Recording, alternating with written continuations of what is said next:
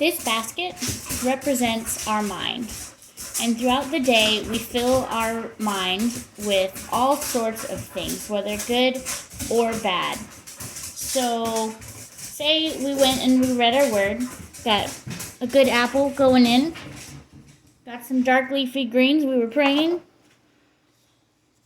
God sends us a present, we get a little tomato, got all the nice fruits and vegetables. And then maybe we watch or listen to something that doesn't profit us at all. So now we got an empty container in there. And then something was fun for the moment, but it didn't have any lasting result. And if I lived off of it, I would die.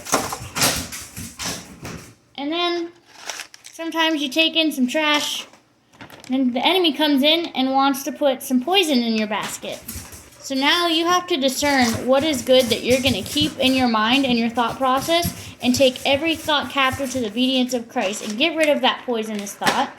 And maybe sometimes limit what's going to be in your brain so that you're not having empty things that don't profit any at all in there. And so everything that goes in to the basket, you then get to decide whether you're going to keep that trashy thought that you had about somebody or if you're going to throw it out. And only keep what is good and profitable in your basket. That's probably not good in the long run, but this is like a funny movie. Didn't really harm you, but if all you did is watch funny movies, it might not be so good.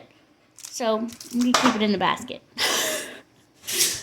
But, yeah, think about that when you're going throughout the day. God did say to take every thought captive to the obedience of Christ. In Psalms, I believe it's 19, the psalmist writes, "Let the meditation of my heart and the words of my mouth be acceptable in your sight."